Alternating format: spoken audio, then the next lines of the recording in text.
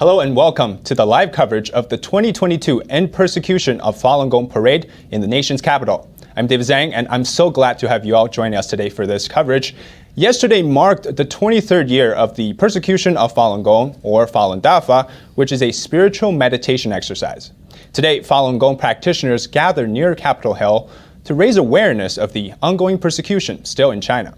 Now, we'll be taking you through the parade event today, but first, let me introduce you to our distinguished panel with our three guests today. First, let me welcome Levi Browdy, Director of the Falun Dafa Information Center, as well as joining us in studio is Tiffany Meyer, host of NTD's China in Focus. And we have the privilege to welcome Dr. Anders Kaur, who is joining us online as our special China expert.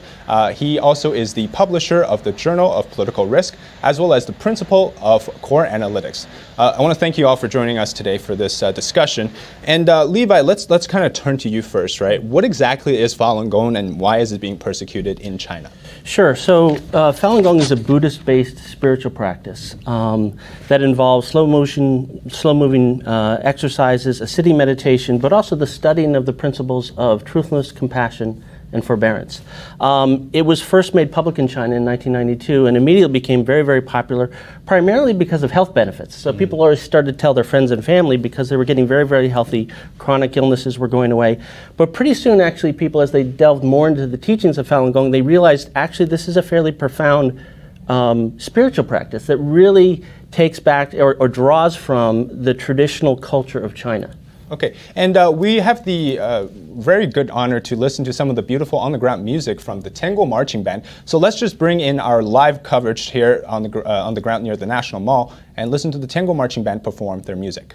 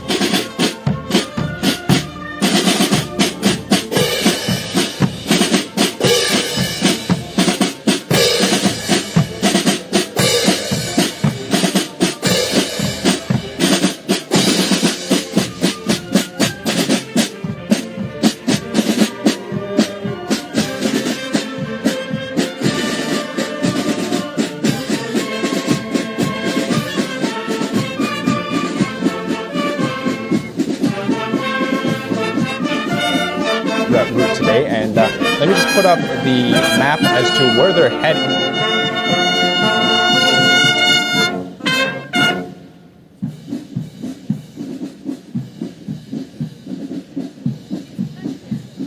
Here down Pennsylvania Avenue, and the destination for today's parade will be near the Freedom Plaza, which will be very much near the Washington Monument as well as the White House. And so that's where we're going to continue our coverage, but kind of resume our discussion earlier. Falun Gong is a Buddhist-based spiritual exercise, right? It's being persecuted in China. Why? So by the end of it, it was first to understand in 1990, throughout the 1990s, it was extremely popular. In fact, the Chinese government did a survey and found at the end of about 1998, 170 to 100 million people were practicing. Okay. So with that many people practicing, some in the Chinese Communist Party leadership grew nervous. There's also the spiritual component. For decades, the Chinese government has tried to instill Marxism and Leninism on the Chinese people, and along comes something that's really heartland traditional Chinese, bringing back some of the great things of traditional Chinese culture.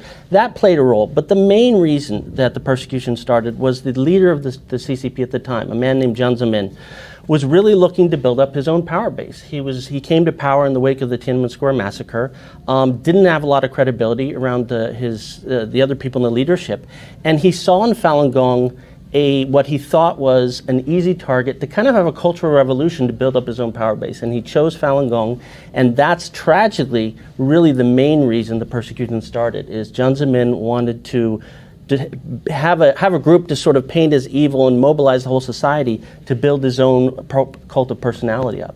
That's really what happened. Right. So, and we'll definitely go over what exactly is that cult of personality with our two other experts that are covering China. But first, the idea is that why should the American people care so much about something that's from China?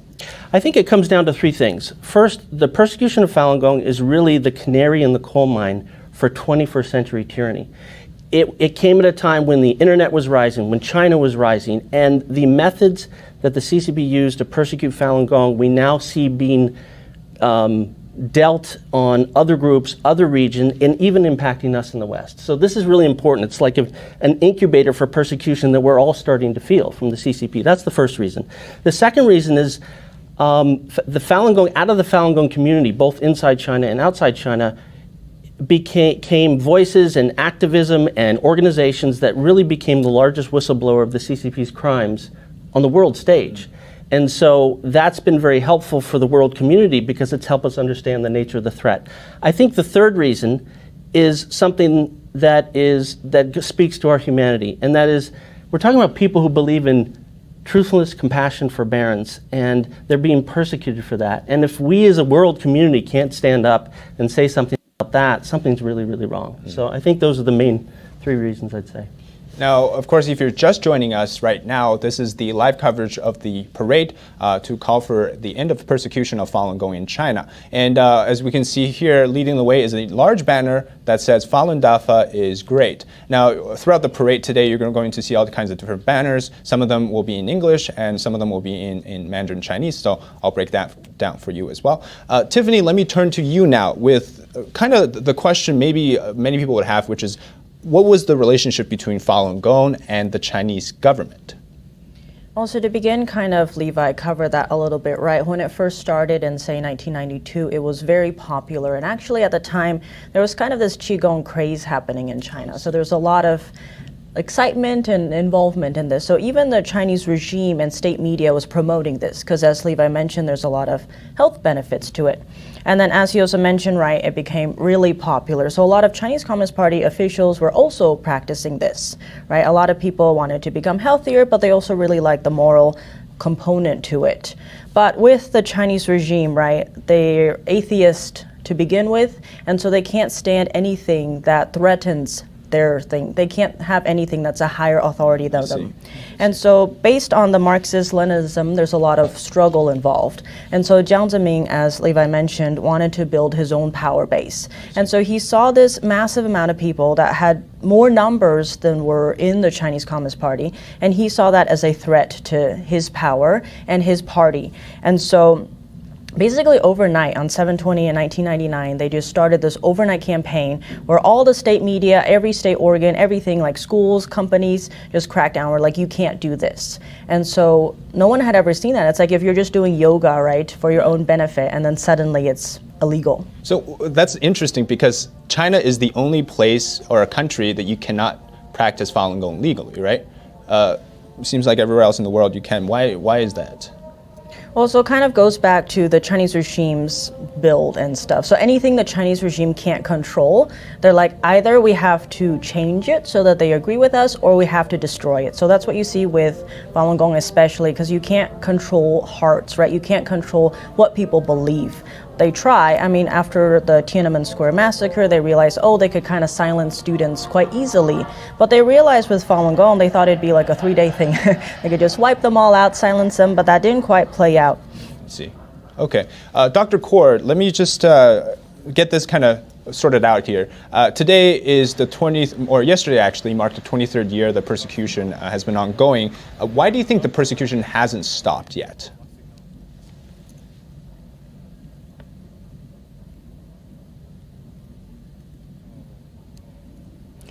Sorry, I don't think we can hear your sound right now. Let me just quickly, Levi, perhaps we can jump to you and get you to answer this question for now.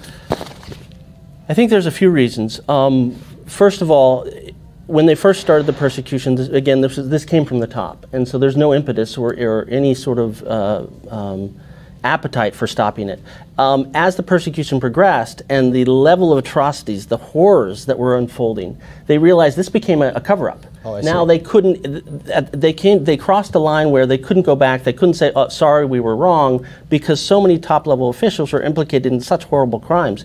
And I think the last part about why it hasn't stopped is now, as I mentioned, Falun Gong is a leading whistleblower on the world stage. And were they to change their attitude about Falun Gong would have probably even a bigger voice and calling them out on the crimes that they've committed. I see. And Dr. Kaur, let me know if you can hear or answer this question here, which is the Chinese regime, it seems, with Falun Gong as well as many other religious groups in China, are they waging a war on religion in China? I do think so. The Chinese regime is not only taking it out against Falun Gong, which I believe is a genocide. The repression, I believe, is a genocide against Falun Gong. But of course, they're using the similar tactics against Uyghurs, and arguably the tactics against the Uyghurs came after the Falun Gong, the genocide against Falun Gong. So they're just moving that genocide, rolling it over to a new religion, and they're using similar tactics against Christians, Taoists. They're knocking down crosses from the churches, Christian churches. Tibetan Buddhists are under attack. So the Chinese Communist Party really is it's a Marxist party, a Marxist-Leninist party. It's against religion. Marx has always thought that religion was the opiate of the masses, and it's always been the Marxists and the communists have always attacked religion. Thank you. And let's just quickly introduce our next topic with a short video here. And this is for a concept we're going to be discussing, which is called the 610 office, and how exactly that plays into the persecution and what we're going to be talking about today. So I'll have that for you now. On June 10th, 1999, the leader of the Chinese Communist Party created a group for handling the Falun Gong problem. That group created what came to be known as the 610 office, named for the date of its establishment. Since then, the 610 office has overseen China's nationwide persecution of Falun Gong. The 610 office exists above Chinese law. Despite having no legal mandate, it's been given enormous financial resources. Reuters has compared the 610 office to the Nazi Gestapo, or secret police.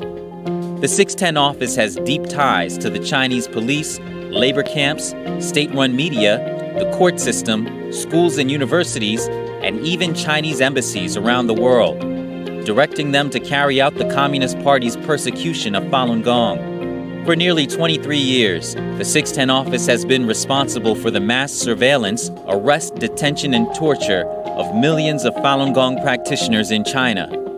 The United States Congress and other members of the international community have repeatedly demanded that the Chinese government put an end to the 610 office.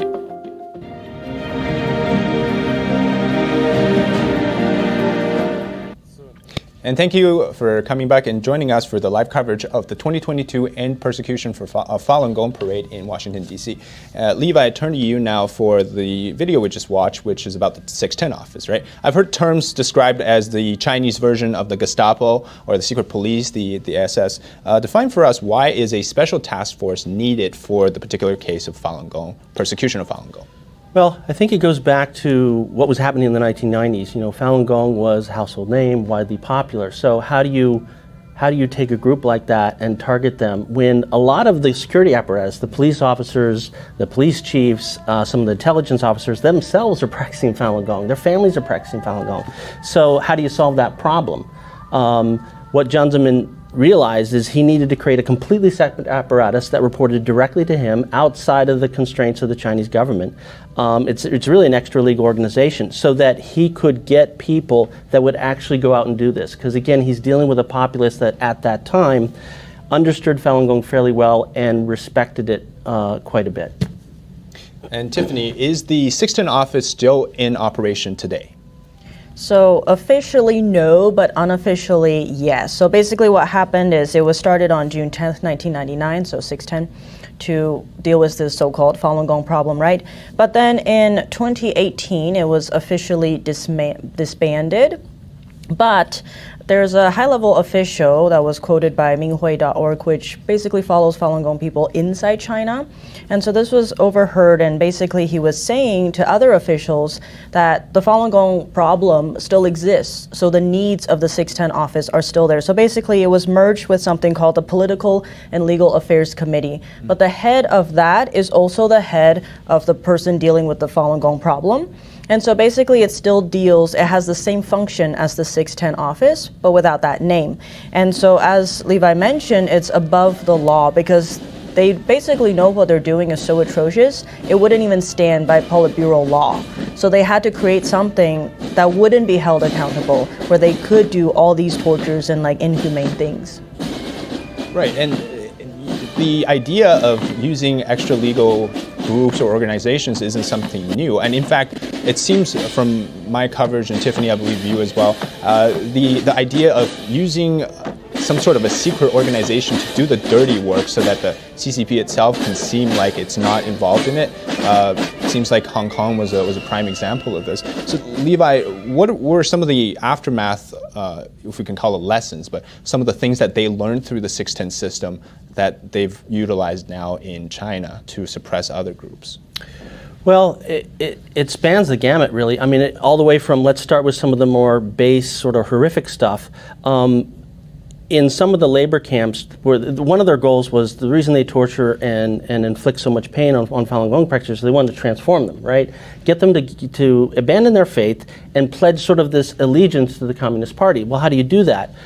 Torture is not as simple as it is on TV. Right. And they actually refined these methods against Falun Gong, in particular in a labor camp called Masanja. And once they got proficient at it, they would actually have people tour the country and train other labor camps to do that. So that's one example of something that came out of the 610. And of course, as I mentioned, this is now not just a Falun Gong. They're now employing these techniques on Uyghurs and others.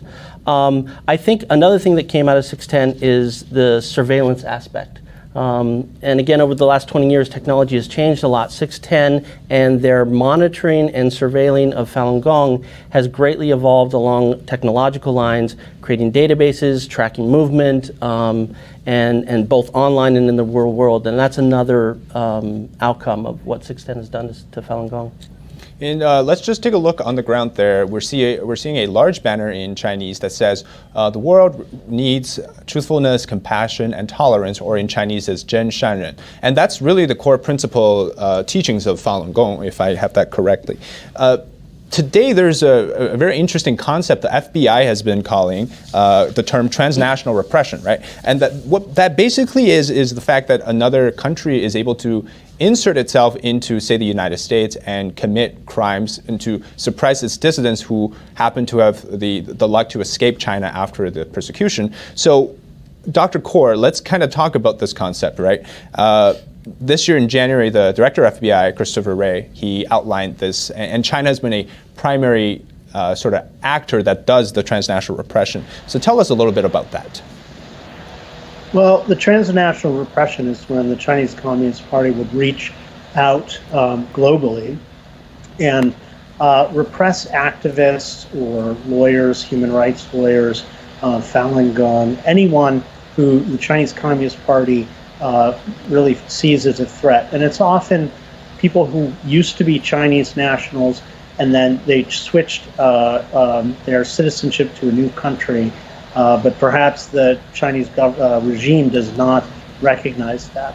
And they would have their agents in those countries, whether that's Australia, Thailand, the United States, often use physical force against people that the Chinese Communist Party sees as a threat. How does this apply, Levi, to Falun Gong specifically as it goes here in the United States? It's evolved. Okay. When the persecution first started back in 1999, it was very basic and thuggery-like. We had people whose homes were ransacked several times here in New York and places around the country, certainly around the world. We had people who were assaulted. Several Chinese sort of thugs would beat up people in San Francisco, Chicago, New York. Even had someone shot at. So that has started at the very beginning, and it continues to this day. We still have that kind of thing, getting death threats and things of that nature.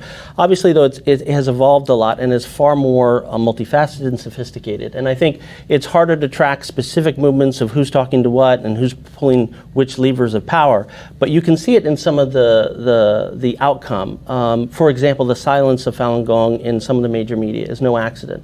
And we can sort of track an arc of when it was covered a great deal, what happened, the money, the amount of money that was flowing from the CCP to our media institutions, and come to a conclusion there. And I think similar arc can be seen in some of the political environment, the economic environment. So there's been a lot of effort aimed at marginalizing and silencing Falun Gong here in the United States and really around the world.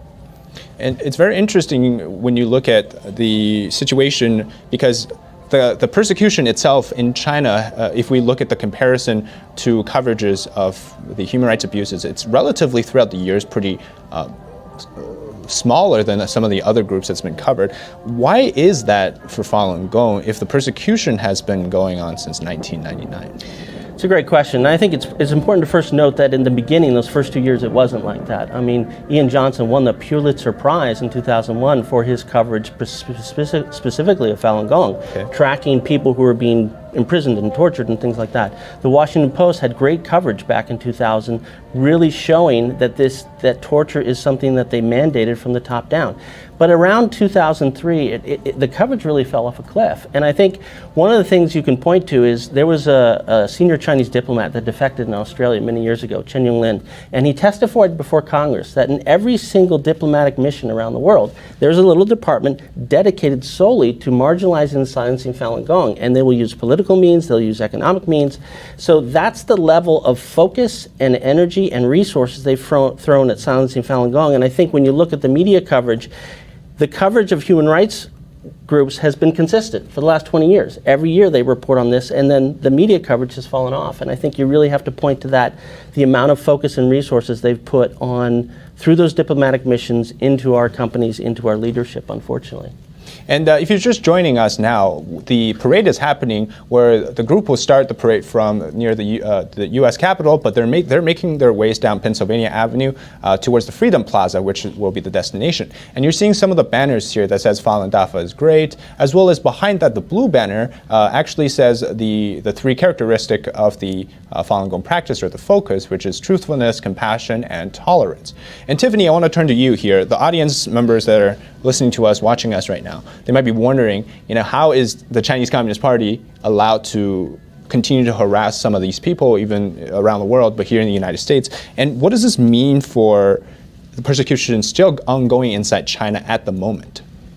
So for the first part, kind of as Levi mentioned, the Chinese regime really kind of developed a really wide digital surveillance to follow and track these people. And that expands even if you've left the country. If you're now a US citizen, they'll still harass you. If you have any family members in China, there's even cases with universities where students are writing, say, a thesis on democracy, comparing different countries, and their family is targeted. They're not even anyone of faith, just writing about something negative about the regime. It's gotten to the point where a lot of universities blank out the students' names on their papers. And so that's just like the level that it can reach. And so the Chinese regime is really trying to push this fear abroad. So wherever you are, even if you're not in China, you're going to be afraid to speak up. But inside China, right, that's why it's so important to speak up. Because if you have that outside pressure, then you do see the persecution in China lessening a little. So it's like if you have a big documentary come out or a big film about it, you then sometimes do see those people portrayed in it being released. Like families calling back, they really do find, oh, they have now been released. So it really does make a big difference when it's outside. And I guess the sad thing, right, it's like it's been 23 years and it is still ongoing even to today. And a lot of it is very dark, right, as I'm sure we're going to cover later with. Yeah, of course. And Dr. Kaur, the question is, how should the United States really respond to this situation? Well, what's interesting is that the United States is, in a way, responding in the same way that our media is responding, which is a blackout of the information. So the State Department recently released, in the past couple of days, a big human rights report, and I counted Uyghurs were mentioned dozens of times, and Falun Gong wasn't mentioned a single time, which was disappointing. So we really see the same kind of blackout in the U.S. government. What we should be doing, what the U.S. government should be doing, is publicizing the persecution, labeling it, designating it a genocide, which is what we've done for the Uyghurs, and really targeting sanctions not only against individuals and regions as they have for the Uyghurs, but really sanctioning the entire country. I mean, the genocide of the Falun Gong and Uyghurs is being driven from the very top. Xi Jinping is, and the Chinese Communist Party as a whole, are driving these genocides. And so China as a whole should be sanctioned economically. Just to follow up on that, because the difference between maybe the United States versus, say, Russia or another country is the sheer size of the economic ties with China itself, right? So when you're talking about getting rid of some of the economic or business benefits of working with China to, let's say, boost up the human rights for defending human rights, how do you see that relationship playing out? Well, in 2020, we had our institutional investors had $2.3 trillion invested in China, which is a massive sum. We annually do over $600 billion worth of trade, imports and exports with China. And so the amount of money that is being made on Wall Street by our biggest, S&P 500, our biggest corporations, is just massive, and they're all hoping to make more and more money in China. But the reality is that China, as soon as someone starts making a lot of money, they're going to figure out a way to siphon that off for the Chinese regime. It's very interesting. Tiffany, I would just kind of briefly, I think you and I were having a conversation about the ideas of elite capture, right? So maybe the amount of money that goes to supposedly the foreign investment companies that are in China, how does the CCP use money? Let's kind of talk about that, right? To say, hey, don't talk about us, because the NBA is a prime example of capturing that amount of business, right? But there's, certain elites, right? That's why it's called elite capture. Tell us a little bit about that and how this kind of plays into it. So to begin, as you mentioned, elite capture. So actually, Peter Schweitzer has a book called Red Handed, and it goes into just the levels of that infiltration. So you have everyone from presidents to Congress people to business execs, Wall Street, education, literally any sector.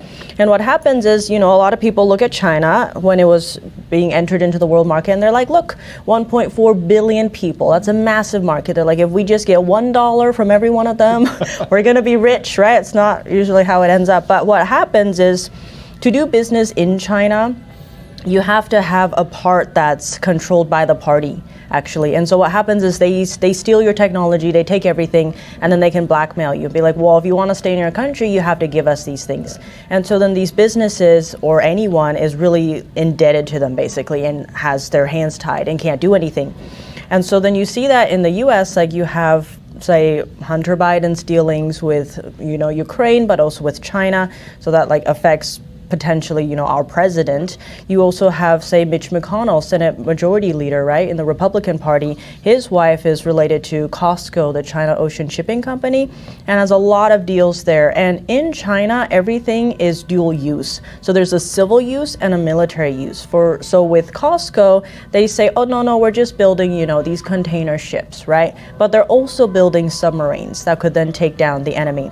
And so you have these issues where it's like, well, who are you funding? Right. And then going back to the persecution that we're talking about, the reason they can still be persecuting Falun Gong especially, and also Uyghurs now, is the money that's being poured in. That's not benefiting the people in China. It's all being used to, say, blackmail outside companies, outside people. You mentioned the NBA, right? They're like, we want that market. We're gonna not say anything bad. That was about Hong Kong, right? Hong Kong's pro-democracy movement.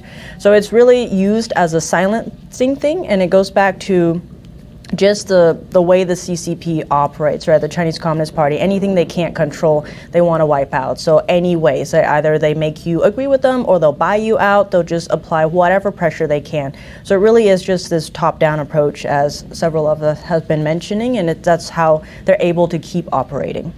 And if you're watching on the ground here, there's actually a banner approaching us that says, "Bring Zhang to justice." And Zhang, Levi, quickly just give us a refresher. What is Zhang, or who is Zhang? Zhang was the leader of the Communist Party when they launched the persecution of Falun Gong, and was the single figure who made sure it happened. It really comes down to him. Right, and Levi, I just want to ask if do we know any examples as to either that's the 610 office in China or some type of a transnational repression that particularly happened with Falun Gong practitioners, and if there's anything like that, or if there's any case we should know about the U.S. actually doing something that would stop this, like sanctions or anything like that? Well, I think the sanctions are very interesting. Okay. I think because a lot of, essentially what they do is they prevent the person and their immediate family from traveling to China or storing money here. But and that sounds like maybe a relatively small thing, but it's huge inside China because so many leaders are trying to get them and their families out, get them into schools. And so to prevent someone from coming here is huge. And it was interesting when Secretary Blinken announced the sanction against this last official, Hu Wei.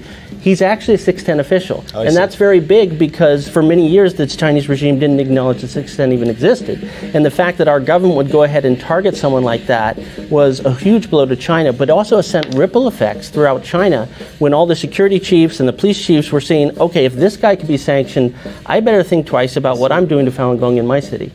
Very interesting. Before we kind of go on to more us talking, let's kind of take a brief pause and watch a video from some of the politicians who actually send us some of the messages that they want to share with our audience today. We have 3 congressional members, senators and representatives, and delegate actually, who are going to share their message of support, but also message of condemnation for what the Chinese Communist Party is doing to the Falun Gong in China. So we'll play that for you. The CCP has engaged in persecution against the religious minorities for decades, including the Falun Gong, Christians, Tibetans, and Uyghurs. I take this moment not only to speak out against the persecution of Falun Gong practitioners, but to remember those who have died for their beliefs. Falun Gong is a peaceful religion that teaches self-improvement through mediation based on slow movements and regimented breathing. Falun Gong practitioners have suffered mercilessly at the hands of the Chinese government for over 2 decades.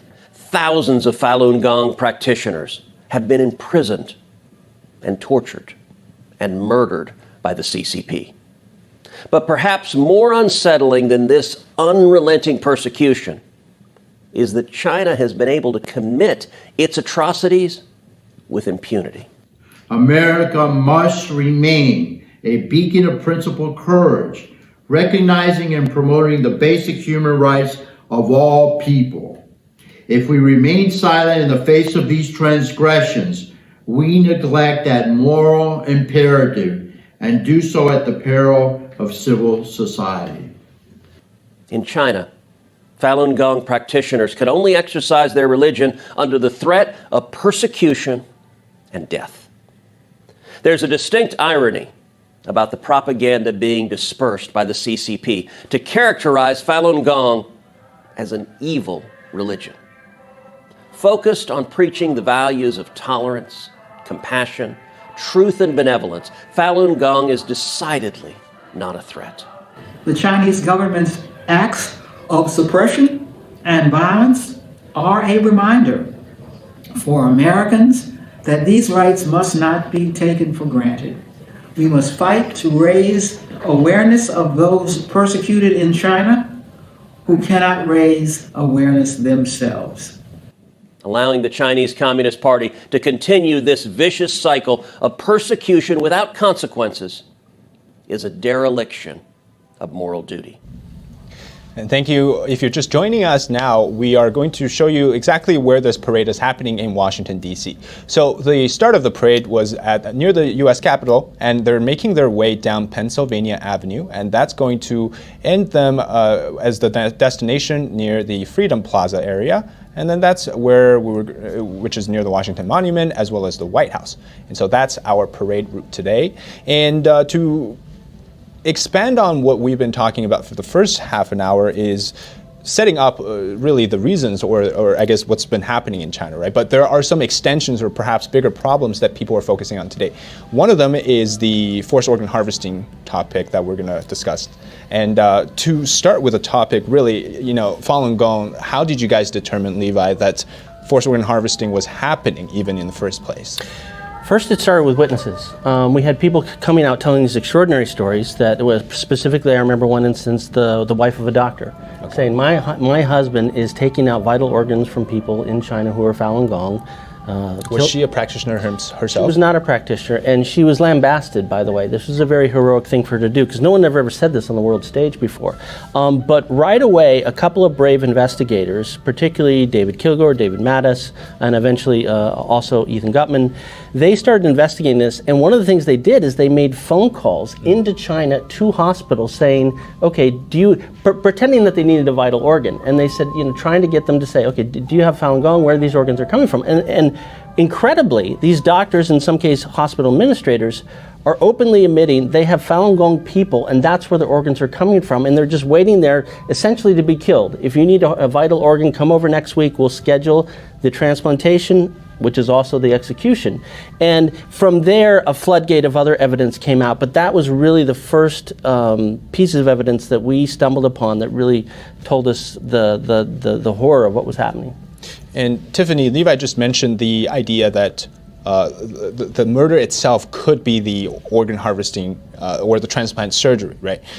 I remember this year there was a research paper published by an Israeli doctor named Dr. Jacob Levy, and then along with him was a researcher named Matt Robinson from the Victims of Communism Memorial Foundation, right? And in this research paper, tell us a little bit about what exactly was said with regards to the execution that Levi just talked about.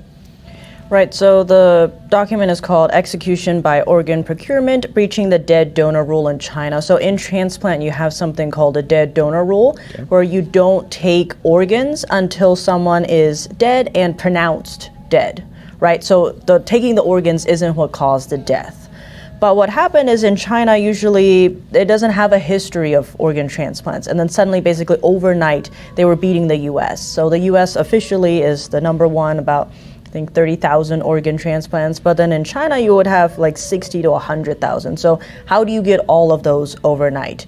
And so China was like, oh no, we're using executed prisoners who are on death row, right? But usually these prisoners are not healthy. But these organs that they're getting are very healthy and they're young.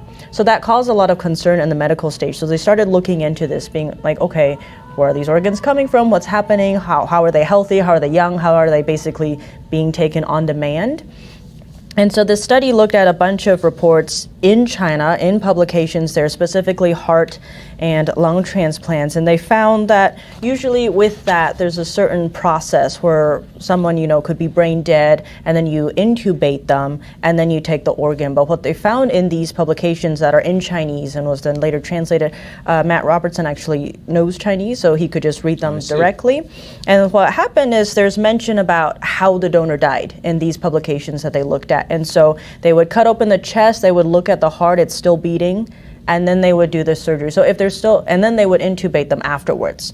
So that's breaking it. So the study found that these physicians in China and under the CCP were participating in basically executions by organ removal. So they're still alive because that helps lessen the chance of organ failure if you're still alive. And then a lot of the times they just find it a waste of resources and time to give them the proper, say, intubation or anything.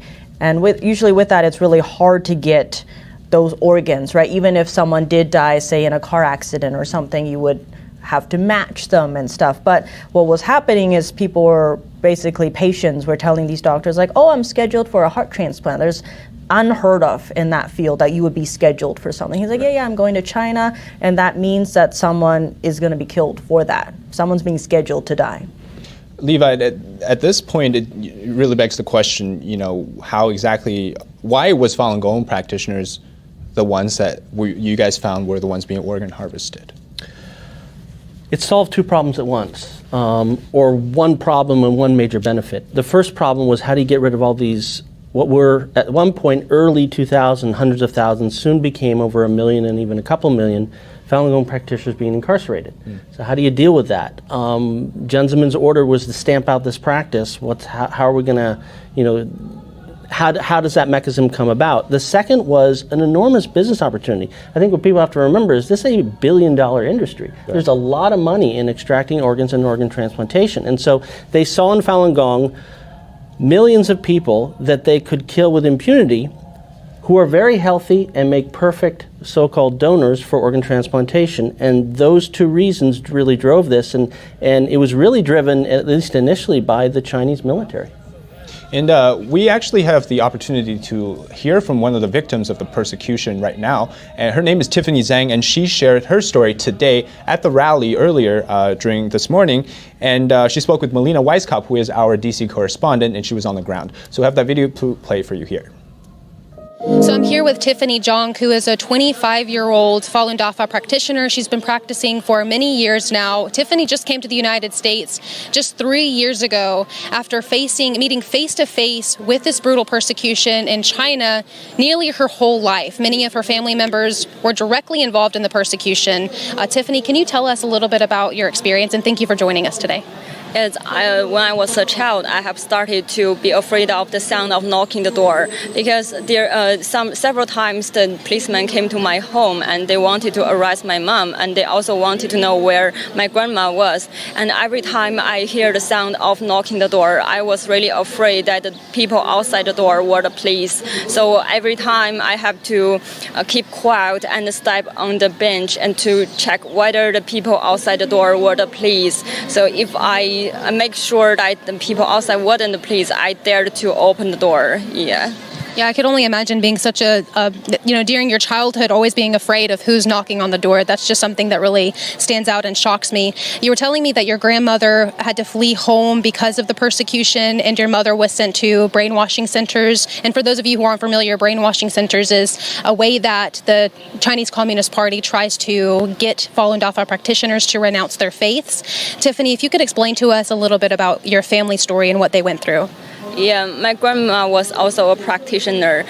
She had to flee for many years because she didn't want to give up the belief for Falun Dafa, and then her pension from her company also stopped for many years until her dies. It means that she didn't have any source of living until her dies. Yes, it's really evil. And for my mom, in 1999, the persecution started. She went to Beijing for the petition for Speak Out for Dafa.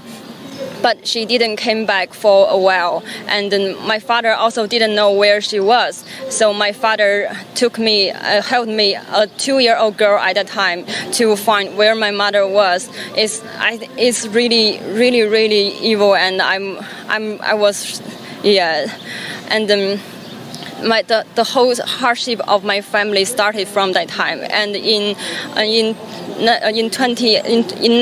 2001, my mother was sent to brainwashing center, and the last time she was persecuted in China was in 2018. Yes, that's my experience. That's my family's experience. Yeah, I mean, you and your family. I could only imagine, Tiffany, how that picture of your father carrying a 2-year-old child to search for her mom because the Communist Party took her away simply for practicing this meditation discipline. Now, I want to ask you, after going through such a hardship as a child and pretty much your whole life, why is it important for you to continue practicing? Why do you hold on to this practice? Because I have been a practitioner since I was a child, and I think Falun Dafa is really good, and truthfulness, compassion, and forbearance is right. I think as a human being, I should stick to what I think is right. Yes, this is the reason I stick to it. Thank you so much for your time. And any last words for our audience, maybe sharing your reason about why you want to share this message to our audience today? Yes, the reason I want to share my story is I'm the third generation in my family to be persecuted in China because we practice Falun Dafa, and I want to use my story to tell more people that how evil the Chinese Communist Party is, and I want to call on more people to join us to stop this very evil persecution. I think the justice will conquer the evil at the end. This is the reason I'm sharing today. Thank you. Thank you so much for ending on those words of hope, Tiffany. We really appreciate it. And the worst part is, it's not just Tiffany who has experienced this. There are many people like her who grew up in this evil environment and many who are still facing this persecution today. So thank you so much for sharing. Thank you so much.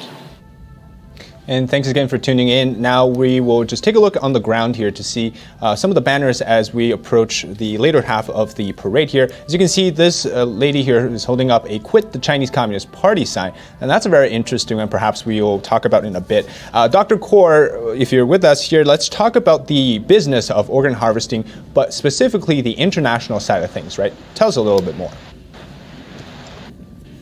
Well, one of the problems, I think, one of the biggest with organ harvesting, beyond the potentially, I mean, I don't know how many people have died from this, but, is that it's compromising citizens around the world. So you've got people from England, Israel, Saudi Arabia, who are going to China to get organs, and they should know that these organs are coming from prisoners of conscience, Falun Gong, potentially Uyghurs now.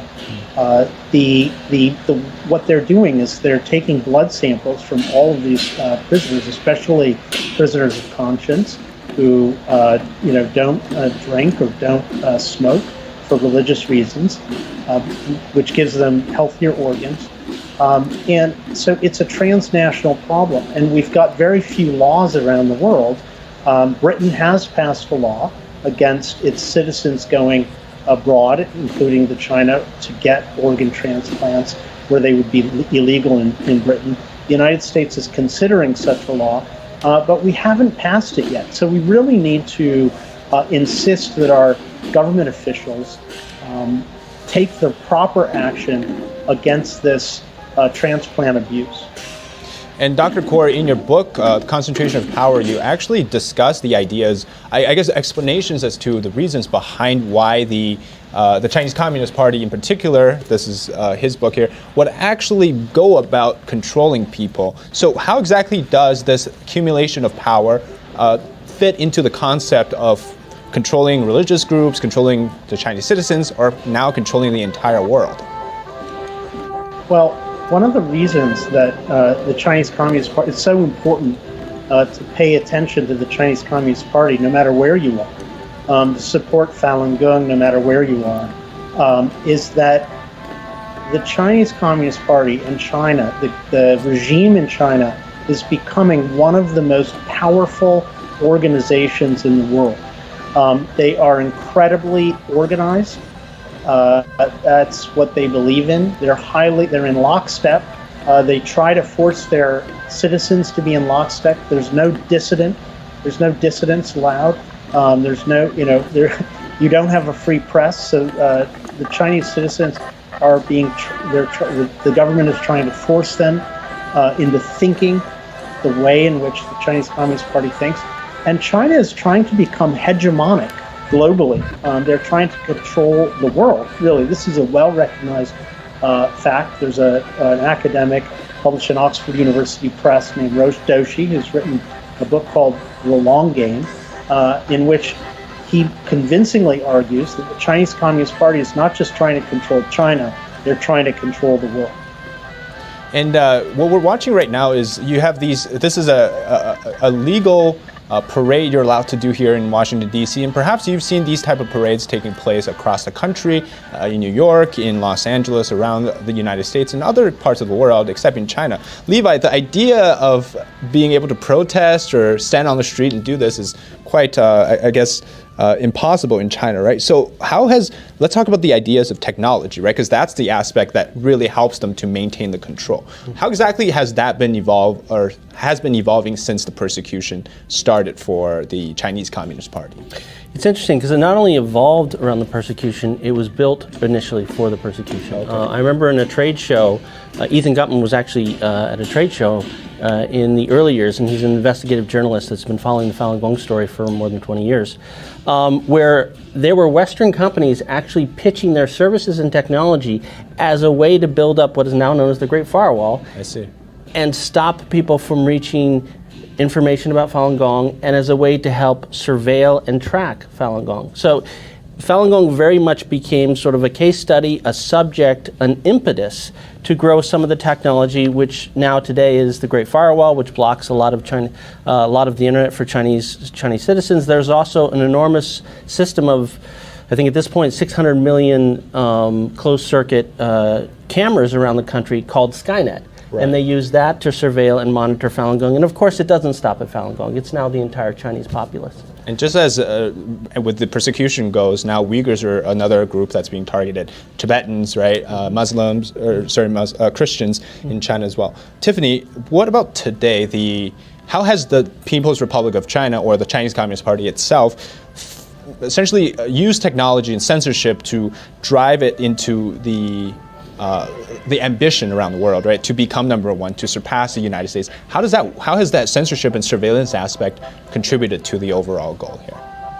Well, to begin briefly, the Chinese regime practices at home first. So as Levi mentioned, on the Falun Gong, they're now expanding out to also the Uyghurs in Xinjiang, but also once they've perfected that, all around the world. So for instance, they had Huawei, the 5G network that they were deploying around the world, honestly. Even here in America, it's since been banned and blackmailed in the US and certain allied countries, but a lot of countries and even most of Africa hasn't. And even in the case of Africa, you have Huawei partnering with SenseTime, which is a video surveillance platform that's been known to target the Uyghur Muslims especially, right? So that issue is brought up. But what happens in Africa is certain countries there also have dictatorship, authoritarian regimes. And so even if people leave their phones at home, say they're going to protest against it, even if they leave their phones at home, because it's doubled and coupled with this video surveillance, they can track them. And so police know where they're going, and they shut down the protest before it can happen. And even in Brazil now, actually, Brazil just signed a new deal with Huawei to create the first 5G smart city there. And smart city is this term, right, where you use all these different technologies, all these sensors, cameras, the social credit system where you pay with like just a picture of your face, basically, even if you have a lot of makeup. So what that means is you're now under their rule. If they think they don't like you, something you say, suddenly you don't have access to your money, you can't board a plane, you can't do all these things. And so ultimately it goes back to the issue of control, right? The Chinese regime wants to control anything that stands up to it. Kind of the funny thing with Marxist societies, they say there is no God, but they set themselves up as God. And so because of that, anything that threatens their authority, they take it down. And so especially inside China, because Falun Gong was so popular, they're like, Falun Gong is the number one threat that we have to eradicate. And then secondly is the Christians, as you meant, the house Christians, because there's the official Christianity that you can do in China, that you have Xi Jinping on the wall next to Christ. And then there's the house Christians where they want to read the actual Bible that hasn't been approved and edited by the party. And so ultimately, right, the Chinese regime wants to be the world's hegemon. So through all these ways of controlling their own people, they want to export that around the world and control everyone. And Dr. Kaur, as we conclude our coverage here today, it's time for some actions, right? And you've been telling us a little bit, but based on what you were telling us, that the Chinese Communist Party's ambition to be the global hegemon, or the number one organization that has so much power, national power behind it, how do we go about solving the issue of stopping the persecution, or that's just letting people know about it? Well, I think letting people know about it, which is what Epoch Times, NTD TV does every day, is incredibly important. And hopefully that will make our governments take stronger action. I mean, we need economic sanctions against the Chinese Communist Party, against China in general until it can free itself from the Chinese Communist Party. And that's basically it. We also, unfortunately, China is growing its military at a very fast pace. It's building more naval ships than we build every year. It's putting more tonnage of naval ships, for example. Some of its military capabilities like hypersonic missiles, nuclear weapons. It's growing these things very, very quickly. And unfortunately, we need defenses against that. We need to increase our military spending. We need to increase our supply chain resilience. We can't be in a position in the future where we rely on China for pharmaceuticals, for example, which we currently do, or any of the strategic goods that we really need. We saw during the pandemic that we were incredibly reliant on China for PPE. And we just can't allow ourselves to do that anymore. We need to essentially decouple economically from China, become resilient, become strong, become self-reliant, until we can force the Chinese Communist Party into leaving China or into improving its human rights. And today's live coverage, really on the screen, you see a wave of yellow, and that's not a color you usually get to see on Washington streets when we're there. But the color really, I think, when I think of it, it brings a hope, right? But before we can get to hope, I think, Tiffany, you have to get steps of solutions to kind of go about how to change, right? So we know that the ideas is peaceful protest or peaceful resolution, but if you're in the United States, what are you supposed to do, as say for the audience who say, do we talk to a congressman, or how does that step work? I think, well, that's definitely a big step, a big part of it, right? So awareness, you have to first be aware there is an issue before you can kind of work on the solutions. And yeah, part of the solutions, right? I mean, if you go look at history after the Holocaust, we said never again. Mm-hmm. But it seems in not just China, but other countries too, a lot is happening again. So how do you stop that? I mean, honestly, yeah, awareness is a big part of it. Because if you look back in the Nuremberg trials, a lot in the Holocaust, they're like, oh, we just did it as we were told. But part of it is if you know something's happening and you don't speak up, you are complicit. And so some have already said we'll see Nuremberg-like trials for what's happening in China, especially with this organ harvesting. And it's not just those involved, the ones directly doing the transplants or, the judges who are sentencing these people. It's also the companies in the West, right, who are funding this, turning a blind eye and really being complicit. So yeah, like you mentioned, word of mouth, spreading it to other people, calling up your representatives. There's plenty of petitions, other books out there. But I mean, a lot of this too, you see it in different areas. So the body exhibit, I'm sure a lot of people remember that, right? And it's like questions of where those bodies come from. China didn't become a transplant nation overnight. But now they are regarded as number one when it comes to transplants. Like medical institutions around the world are learning from them. And what does that mean for our medical institutions going forward if we're learning from them and they're killing these innocent people on demand for their organs? Yeah. So there's a lot of questions there, and it's honestly has to stop somehow, right? And Levi, as our last 2 minutes here, I kind of, something that interesting you were talking to me about, which is what exactly happens when you neglect the calls of the people who say, we've been through this, and then how do we go from here?